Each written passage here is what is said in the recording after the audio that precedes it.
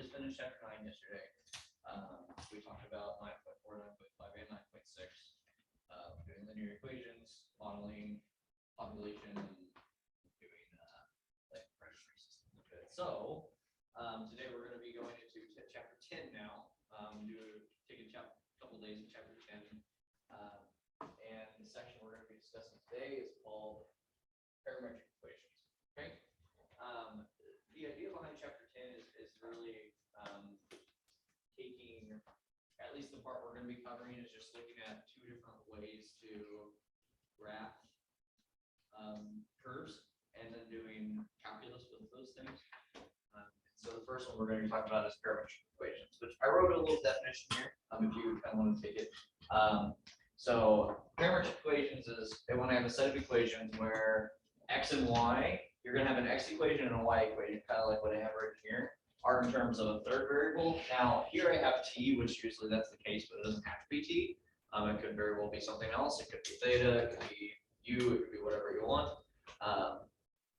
In which that variable dictates the x and y coordinates of the resulting graph, right? So x and y, right, are coordinates on my plane, right? So given a certain t, for example here, I want to get a certain x, I want to get a certain y, right? So if t is 1, I might get x is 2 and y is 3. So the point is going to be 2, 3. But that's going to happen for t, for example, at time 1, maybe, if I use t. Maybe if you're using theta, maybe it'd be at pi over 6, it's going to be 2 and 3. So that would be your, at that angle, you're going to get that particular point, right? And so, again, for this section, we're not doing any calculus yet. We're just going to work with these and study these. But yeah, the general idea is that we're taking, instead of just having y in terms of x, we're putting both in terms of another variable, these two different functions, and then graphing them. Okay, so there's the preface on that. Any questions for me so far? Before we just start doing some examples here? Nope. Okay. Cool. Let's do some examples. So I took the liberty of writing the one we're going to do today. So we're going to start with number 2 in the book, which is going to be, so it asks us to sketch curve, and it's going to be by using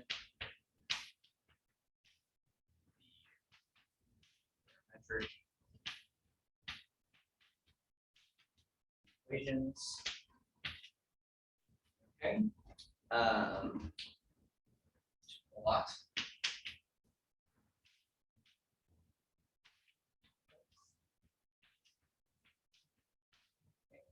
And then we're going to indicate, we want to indicate with an arrow the direction in which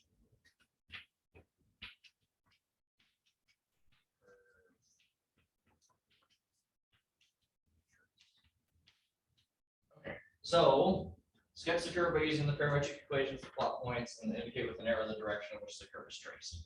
So this part might be a bit new to us, right? You know, in terms of not encountering have to put arrows on my graph, but like normally on lines you might do it either, you know, on both points, say, oh, it's a line, but we don't typically do this.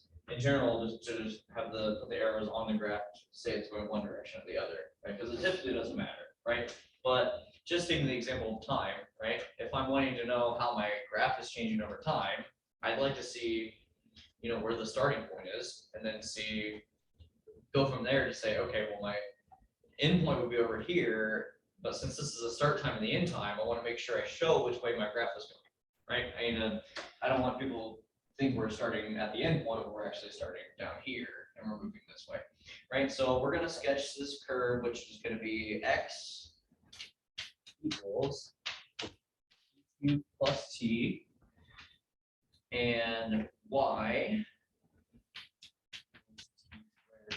2. And we're going to go from -2.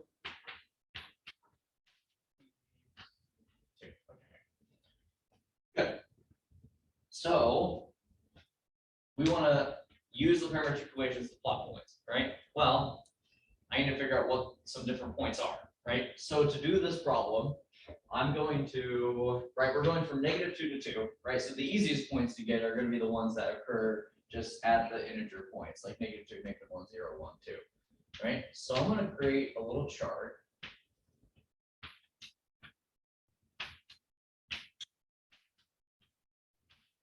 Some of my T points. You can do more in the middle if you want to, but this should be fine for now. And we want to kind of talk about what is X when T is whatever it is, and what is Y whatever we're at some T value, right? So let's start with -2, right? If I take -2, right, and I put it into these equations up here, okay, what value am I going to get for X when I put -2 in there?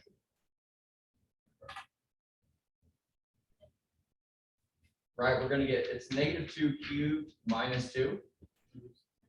So we get -10. Good. Okay. And then what about what my Y value is going to be? Good. We're going to get -2 squared plus 2, which is just going to leave you with 6. Okay.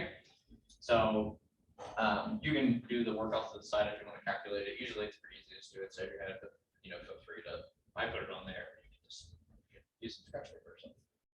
Okay. So we get -10 and 6, right? Now let's do -1. What do we get when I put -1 in there?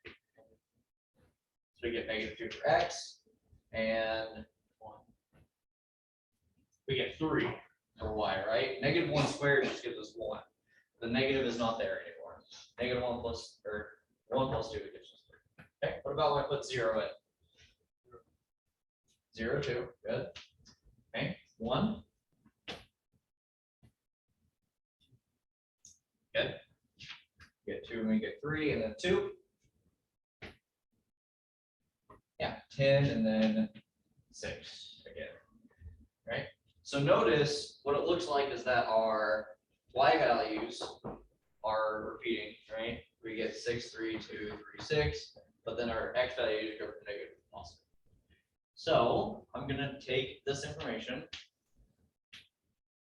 and I'm gonna plot these points, right? So we need to make sure it goes out hard.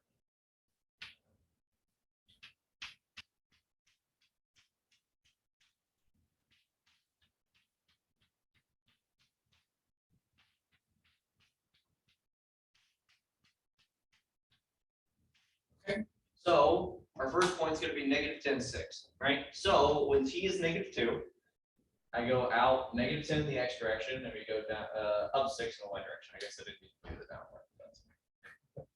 That's kind of a full graph. So,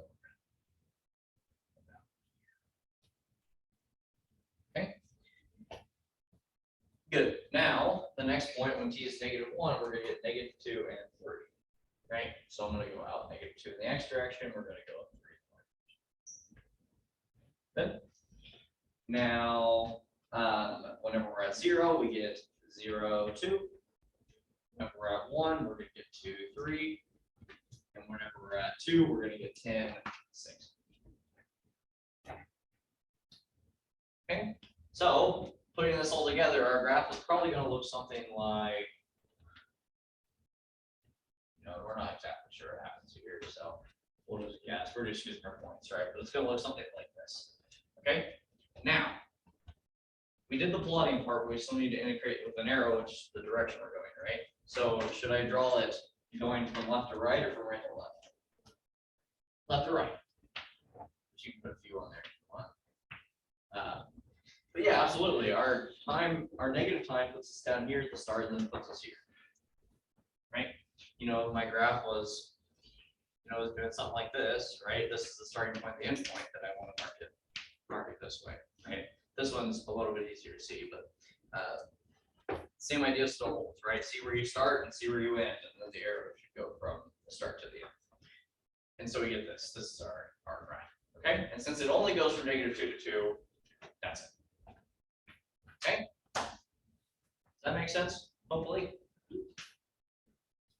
pretty straightforward in terms of just plotting it, just using my equations, and it all works well. Okay, good. Now, let's just go ahead and hop into another example, right? Because sometimes this one might be a little hard exactly to solve, particularly for, for y in terms of x or x in terms of y. You could, this one might not be too hard to solve for solve form put in there, but oftentimes, right, if we have some sort of parametric equation, right, so maybe right, if I have x is f of t and y equals g of t, right, I might want to try to see that if I don't recognize the shape very well from doing this, that maybe I can try to combine these together in some way to give me y equals f of x or x equals f of y, right? So to write it, to kind of get rid of that parameter, right? So instead of having to worry about t, we can somehow solve for t or put these together in some way that we get a Cartesian equation out of it, right? Where we just have y equals f of x or x equals f of y, right? Because again, here, it's I just have to really plot points and just kind of guess from there unless I want to continue to plot things. But if I have an equation I can go back to, then maybe it would be easier, right? So we'll do an example of this one real fast, or like what I'm talking about, so we can clear it up. Any questions for me at the moment? Okay. So this is going to be number 6 in the book. Okay. So, and this says to, so we want to start off with, we'll start off with the same directions as over there. Okay, just same starting directions. If you want to write it again, you can. I'm going to say same directions for part A. And then part B, we want to eliminate the parameter.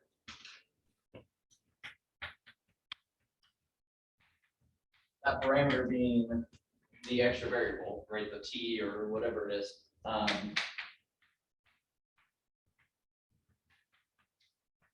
Eliminate the parameter to find a Cartesian equation.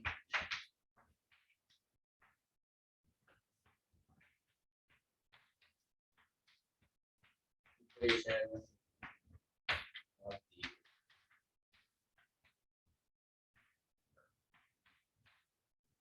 okay, good. So again, so we'll start this off just to make sure we got it. We'll sketch this again and kind of indicate with an arrow which direction we're going, and then we will eliminate the parameter to try to see if we can just get a neat Cartesian equation for it rather than having the two pieces. So the equation is going to be x equals 3t plus 2 and y equals 2t plus 3. And I'm trying to see. This doesn't give any particular points, so like it doesn't give a range of t's, so we can just feel free to use what we want. Generally, you probably want to keep it more in the center around the origin as we graph it, but really you can pick whatever you want here. For me, I'm just going to use the same. I mean, the easiest thing in my mind is just to do -2, -1, 0, 1, 2, right? It's because it's fairly centered and it just gives us nice values, right? So we're going to see what x is, and we'll see what y is. Okay. So when t is -2, what is x going to be and what is y going to be in this case? Good. Nice. Okay. When x is, or sorry, when t is -1, what do I get?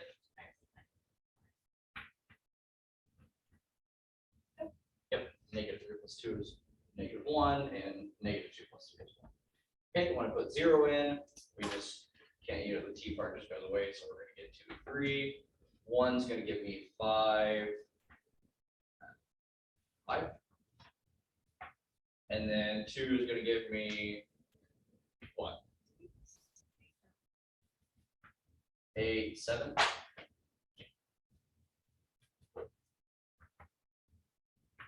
Yep. Okay. So we get -4, -1, -1, 1, 2, 3, 5, 5, 8, 7. Okay. So no, our y values don't go too low, so maybe I'll don't need to make the graph this big. Yeah. Okay. And we'll graph all these points. We're going to have -4, -1. We're going to have -1, 1. We're going to have 2, 3. We're going to have 5, 5. And we're going to get 8.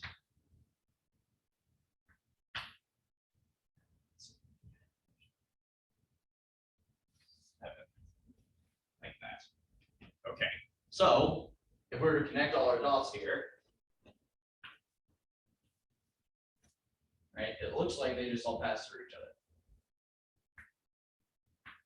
Right. Again, without having to do a bunch of excess plotting, it looks like it's just a straight line that should all go through, right? And what's going to be nice is that we can use the we can eliminate the parameter to just confirm, what we think is going to happen here, right? So this is okay. Again, which direction should my arrows go? Maybe I'll take off the arrows on this end. Should they go from bottom to top or top to bottom? Bottom to top. Good. Like move upwards. As this t increases, my line's also increasing going up. Okay, we can see that from our points. Right. Okay, good. So we're going to eliminate the parameter. Okay. Now what that means is that I need to somehow combine these in a way that's going to allow me to get rid of t, and so I just have y and x. Okay. Now in some cases it should be just pretty straightforward, right? If I want to get rid of t, then I want to put t in terms of one of these two variables, right? The easiest one maybe is just to do x, right? So let's take x equals 3t plus 2. Okay, so if I want to solve this for t, what do I do?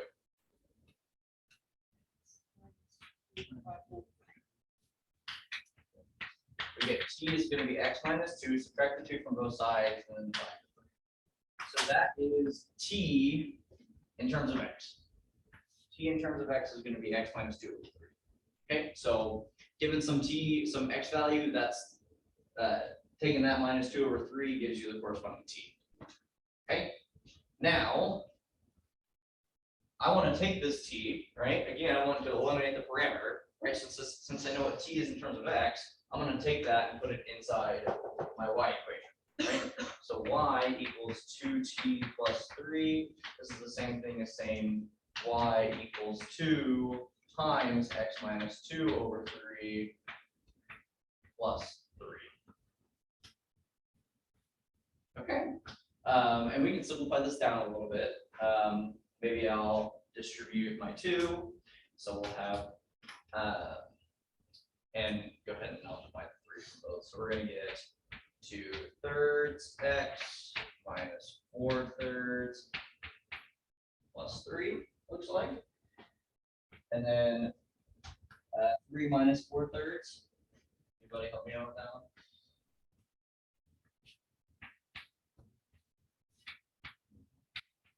Positive 8/3. So looking at the extreme left-hand side and extreme right-hand side, we get y equals 2/3 x plus 8/3. Okay, and if we check, right, we should ultimately, let's see, is it oh yes. I think I might have been thinking the same thing as the person who did it first. Yeah, because that it'd be 12 if it was. I think maybe we're thinking about the 4, but this should be 9 nodes, and 9 minus 4 is 5. So we get this.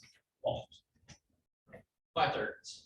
Good. So if we check over here, this should make sense, and the graph's a little off, of course, but this looks pretty close to where 5/3 is supposed to be. And our slope is certainly, right, we go up 2 and over 3, up 2 and over 3, so it all checks out. Good, so that is the same thing as this. Okay, but we do know for sure what that one looks like, whereas this one we may not know, even though you probably, if you've done enough examples of this, you probably have a good guess as to what that's. Okay, yes. With that grand scale, that's to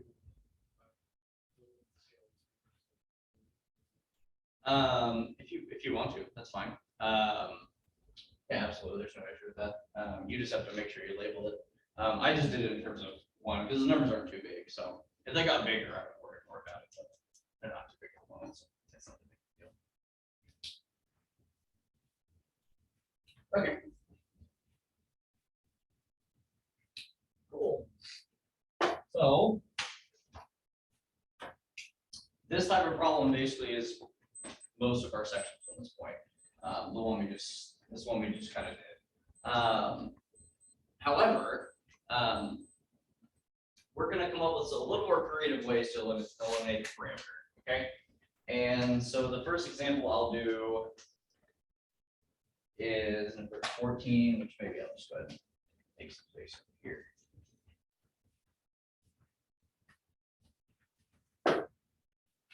Okay, where we're going to number 14.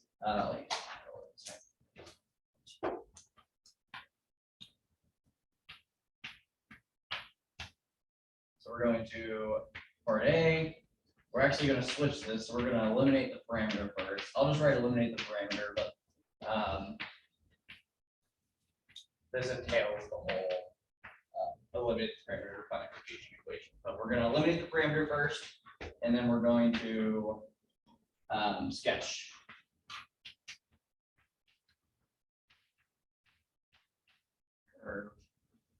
But we're going to use the eliminate parameter to help us do that in this case. The first section was to plot it first and then get the Cartesian equation. But now we're going to get the Cartesian equation first and then use that to help us sketch the curve. So kind of go the other way. Okay. So in this section, number 14, we have x equals e to the t and y equals e to the negative 2t. We're also given a set of time to go between, which is going to be, we're not, never mind. Okay, good. So we have x is e to the t and y is e to the negative 2t, right?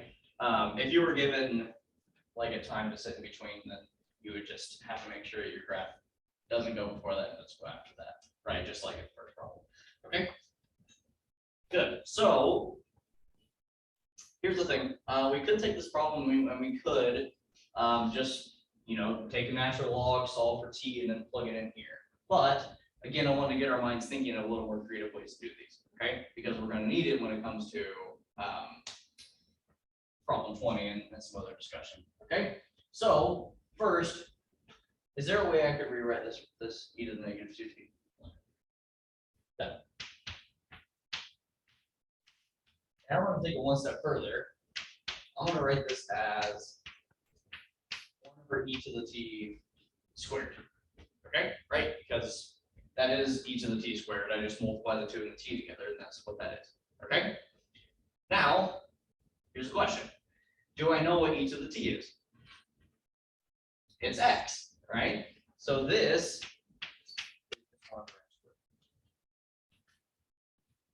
okay? Does everybody see that? So I immediately, real quick, I just eliminated the parameter, right? And I didn't even have to solve both equations, right? Just noticing that by rewriting a little bit, I can see that the e to the t was built into this. So this is our function. Okay, fantastic. So we eliminated the parameter. Now we're going to use that to help us sketch the curve. Okay. Which in this case, it's not that big of a deal. Like we don't have to worry about parameters as much. But maybe just to kind of help us, I'm going to give us just a set of time here. So let's let's do, let's go between 0 and, we'll do, just do 2. Okay, we'll go between 0 and 2. Okay, good. If we're not exactly sure the values, we'll just approximate them. At least 0 should be pretty easy. Okay, so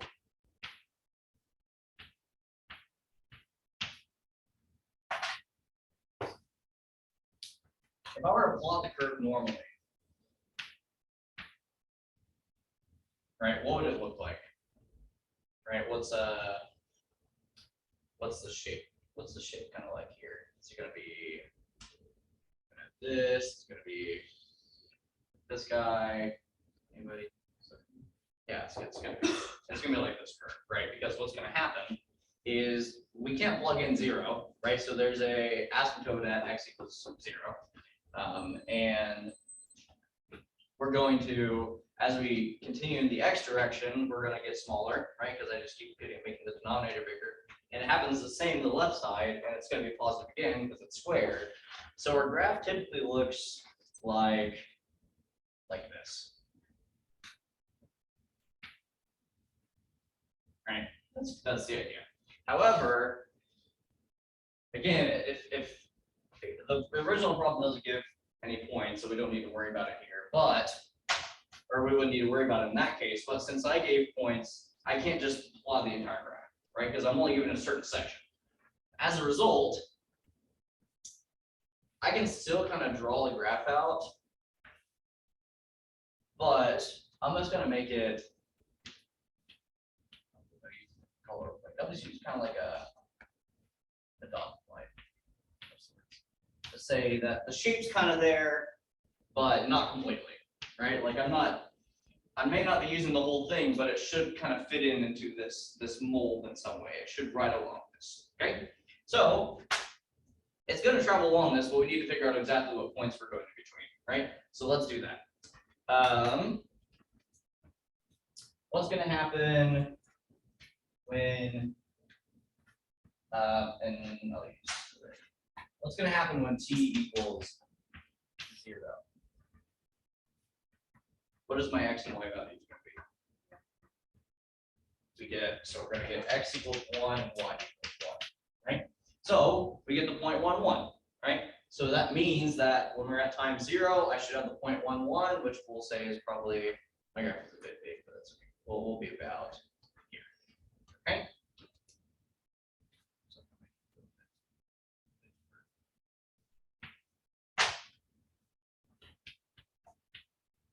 Okay. Now, when t is 2,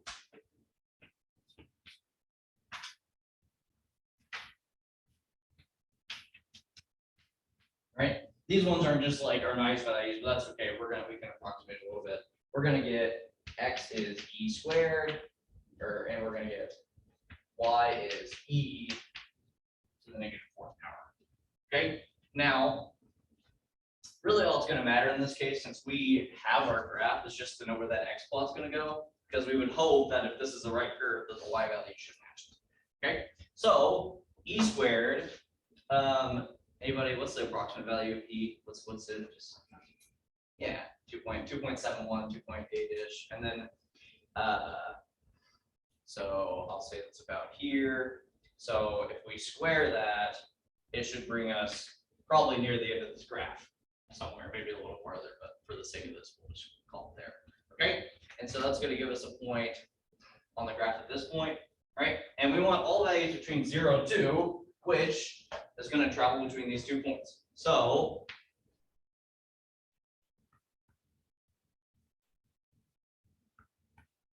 this is a portion of the graph that I want, right?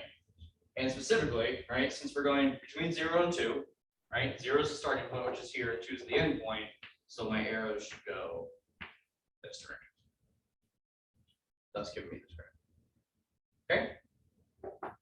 Good? Does this make sense? Any questions on that? Notice that e to the t and e to the negative 2t are always going to be positive functions, right? More specifically, e to the t is always going to be positive, and so that prevents us from ever getting any side of this curve, because if x is, and maybe that's an important part of this question to address, right? X is negative over here on this side, but since x can never be a negative number, then this whole half of the graph we can't use, right? So even if we were just to say you plug in whatever numbers, we'd only be able to use this side, okay? So something.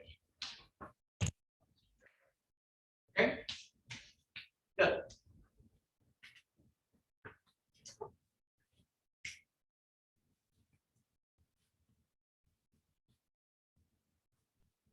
Now, last kind of major thing I need to talk about for this section is going to come from some trig functions.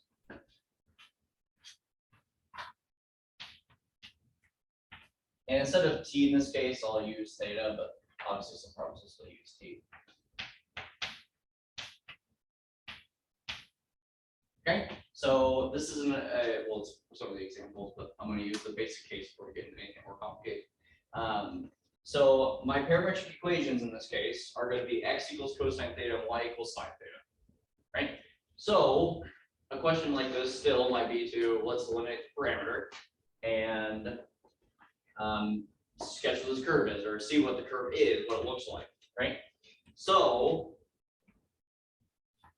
I mean, there's always the possibility, right? Again, that you can take the inverse cosine of both sides and then plug it in, but we want to try to save time here, right? We want to avoid doing the triangles. You know, sometimes we might need to do it, but here I think we can probably find a way around it. And the way we're going to do that is, I know x is equal to cosine and y equals sine. Let's see if there's some sort of identity that we have that relates sine and cosine together. Is there an identity that relates sine and cosine together? What is it? So yes and no, because that's only going to give us part of this, right? Right, in general, we know that sine squared plus cosine squared equals that, correct? So if y equals sine and x equals cosine, then I can just replace them in here. So I'm going to take y and put it in place of sine, and I'm going to take x and put it in place of cosine. So I'm going to get y squared, or you could really flip these around if you want. I'm going to just keep them in the same order as they are for now. So this is the same thing as x squared plus y squared. And this is going to be our Cartesian equation, right? Now, the reason why we want to use this and not just take this piece is because, let's think about it, right? What if I plug 3 pi over 2 into n for theta, right? What's cosine of 3 pi over 2?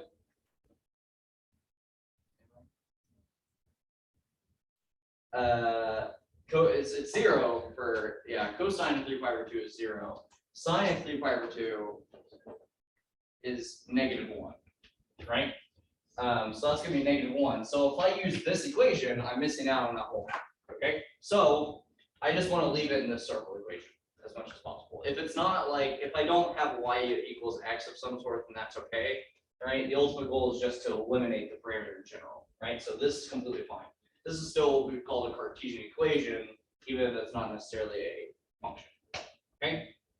So if x is cosine and y is sine, then we get x squared plus y squared is 1.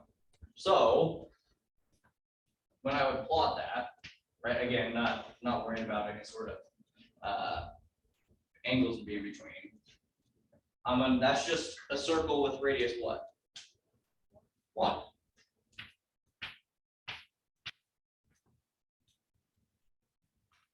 So that x equals cosine and y equals sine just represents a circle.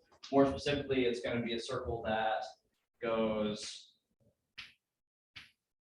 this direction, right? Because, I mean, you can just test some points. If I do 0, I get 1, 0. And then if I go up to pi over 2, that should give me 0, 1, right? Which brings me up here. So I should be going this direction. Yes, I think it would. Yes, because, let's see, yeah, so if x is sine and y is cosine, it would be the same equation, except you would get 0. So you would start off with, if I do 0, I'd get 0, 1. And then if I do pi over 2, I'd get 1, 0. Yes, so it's What if t is negative? what if t is negative? This is Are you just asking if you put negative angles in? yeah. That's okay. Yeah, it would still go this way though, because if I do negative pi over 2, for example, I'm gonna get negative 1 and 0, which would be here, but 0 is still greater than negative pi over 2, and that's gonna give me 1, 0, so I still need to go around this way. So it's still the same shape, no matter what. Now, obviously, this is a curve that I'm just gonna circle around endlessly, right? Because pi over 2 is the same point as 5 pi over 2, as 9 pi over 2, so it just keeps going around. It doesn't just have, it's not like this one to where it has all distinct points if I just circle on itself. Okay, which will be important later, but for now that's all right. Okay, let's take another quick example.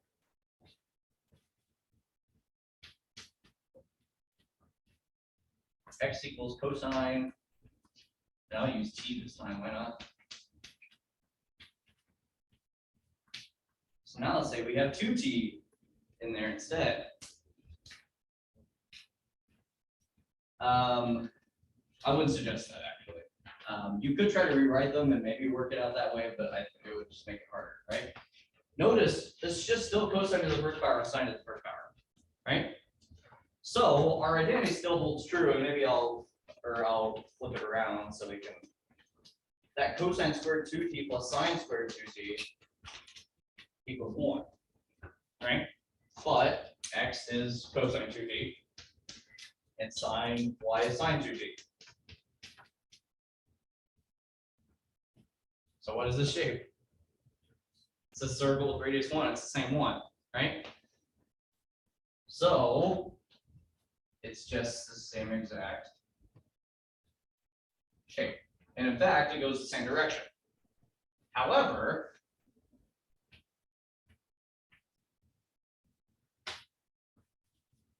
the big difference between this one and that one is that this one, right, just assuming that we're using radians for both, that one's going to move a lot faster, at least twice as fast as what this is going to move, right? Because normally on this one, when I put 0 in, I was here, and when I put pi over 2 in, I was here. But on this graph, what happens is when I put 0 in, I'm still here. But when I put pi over 2 in, that actually puts me over here, right? So that curve went this distance, but this one went that distance in the same amount of time, right? So that inside part's going to be pretty significant, right? So even when we consider this example, right, we had e to the t and e to the negative 2t, right? But I would have gotten the same curve if I had used x equals t and y equals t to the negative second power. It would have been the same exact function. I would have had the same exact graph. The only difference is that what we wrote inside is going to give us a different shape, right? Obviously, putting 0 to 2 in here, all right, it would work first, right? Because x is 0 would make my equation not work. But also, putting 2 in would give me 2 and 1/4, which would only take me to here, not take me all the way, right? But it was the same graph. So that's a principle we're going to see. It's something you just want to take into consideration, right? So 2 different parametric equations may be the same Cartesian graph, but they're going to move around that Cartesian graph or move the Cartesian graph in general at a different pace or at a different speed, okay? Or in a different direction, as we saw with switching sine and cosine. Questions on that at all? Okay, good. Okay, we'll do one last example, Again, with just sine and cosine, but we're gonna do one that takes a little bit more work to get it figured out, right? So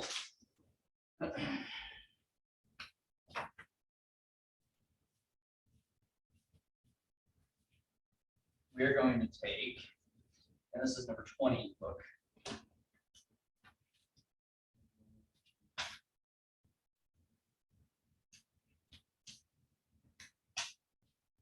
Okay, so number 20, this one just says simply, it wants us to describe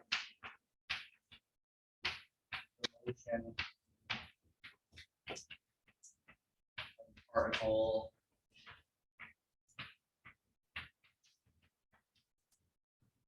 okay, with position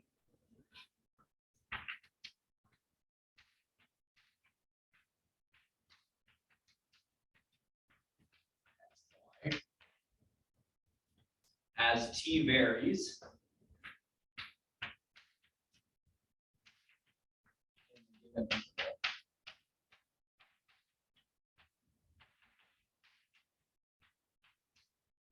Okay, in this section, it says describe, but really like just doing a graph is going to give you, if you want to talk about it, but that's fine, but just seeing the graph is going to be the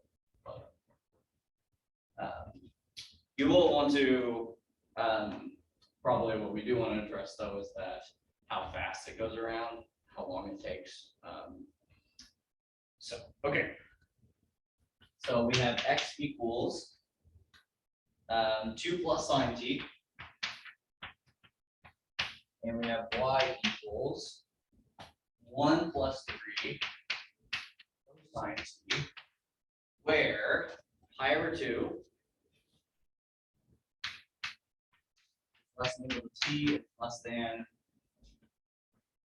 or equal to 2 pi. Okay, so this is our graph. So first idea, right, based on just the last few we've done, is maybe let me eliminate the parameter first, so then I can get a basic shape, and then I'll fit the rule from there. Okay. Now, just like in these ones, I have a sine and a cosine, so maybe the ideal goal would be for me to solve for sine and cosine in these cases, right? Because then I can easily just use my identity to make it work. Okay, so how can I solve this equation for sine? Subtractive. Good. Just 2 plus sine t, so I just need to subtract 2, so I get x minus 2 equals the sine. Good. How do I solve this one for cosine t? So we're going to get y minus 1 over 3. Good. Now that we have sine and cosine, right? We know that sine squared t plus cosine squared t is 1, which tells us that since sine is equal to x minus 2, I'm going to get x minus 2 quantity squared plus y minus 1 over 3 squared, because that's equal to cosine, at least in this case, and that's equal to 1. Okay. Last fix I'll make is maybe take that 3 on the bottom, and I'm going to kind of take the square root of that, just kind of bring it out in parentheses. So I'm going to get x minus 2 squared plus y minus 1 squared over 3 over 9, sorry.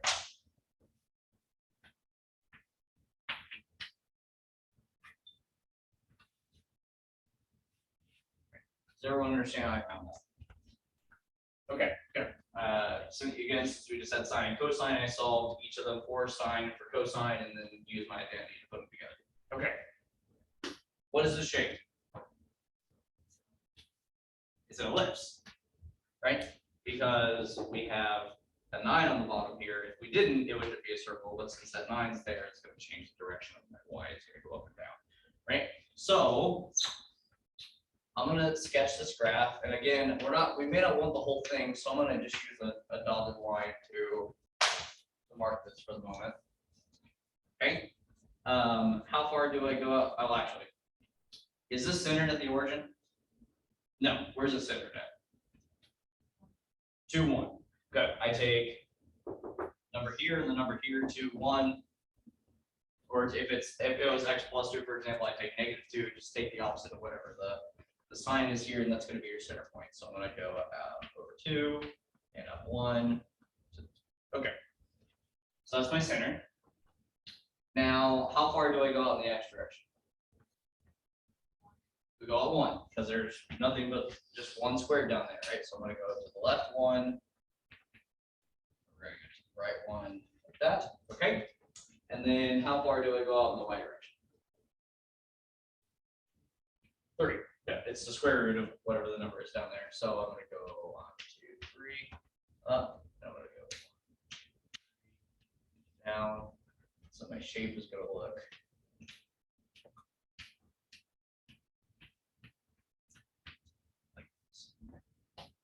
Okay, so that is my graph.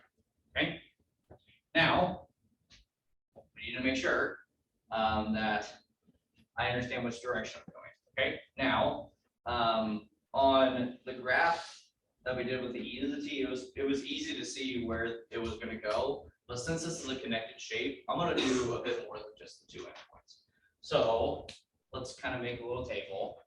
I'll do that in green. Why not?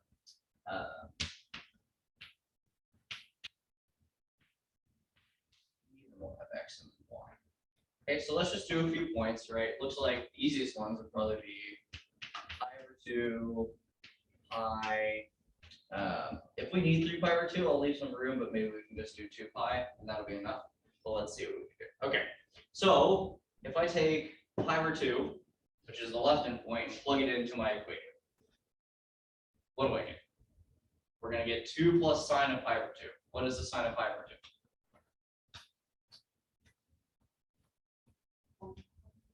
1. It's going to be a 1. Okay. This might be a good time to remind you that you need to remember trig, especially for tomorrow, because we're doing a lot of polar equations. If you don't know trig, you're going to be in trouble. Okay. We're going to get 1.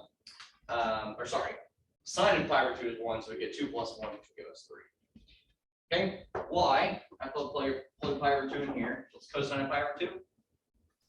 0. So we just get 1 plus 0, which is 1. Okay. So that tells us that our starting point is going to be at 3 when x is 3 and y is 1, which will put us right here. So I'll go ahead and plot that point since we know it. Okay. Next, let's do pi. Right. So what is the sine of pi? 0. So we get 2 plus 0, which is 2. And what's the cosine of pi? -1. So we get 1 minus 3, which is -2. And so that's going to give us 1, 2, 1, 2. Okay. So I have an idea of where I'm going potentially. I might still go around this way rather than going this way, but we'll verify here in a sec. Okay. 2 pi.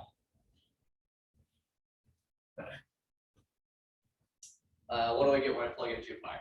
So we're going to get, what's sine of 2 pi? 0. So we're going to get 2 again. And what's 4? Yeah, so we're going to get 4. Yes, we're going to get 4 because we get 1 plus 3. Because cosine of 2 pi is 1. So 1 plus 3 is 4. So that's going to put us here. Okay. Maybe I'll just add real quick. If we were to do 3 pi over 2, we would get 2 minus 1, which goes 1, and then we would get 1. So that will put us here. But we can see clearly that, this is our start point, this is our end point. So we don't want to go this way, right? We're going to start down this way, up and around.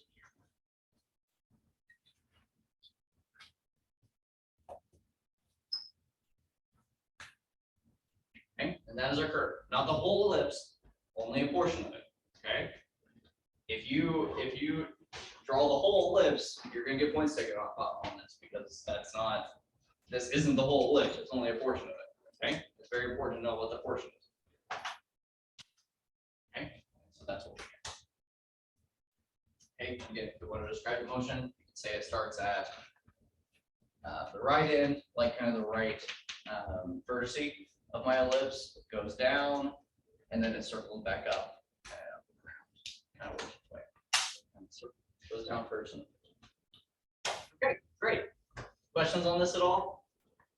Okay, these are parametric equations.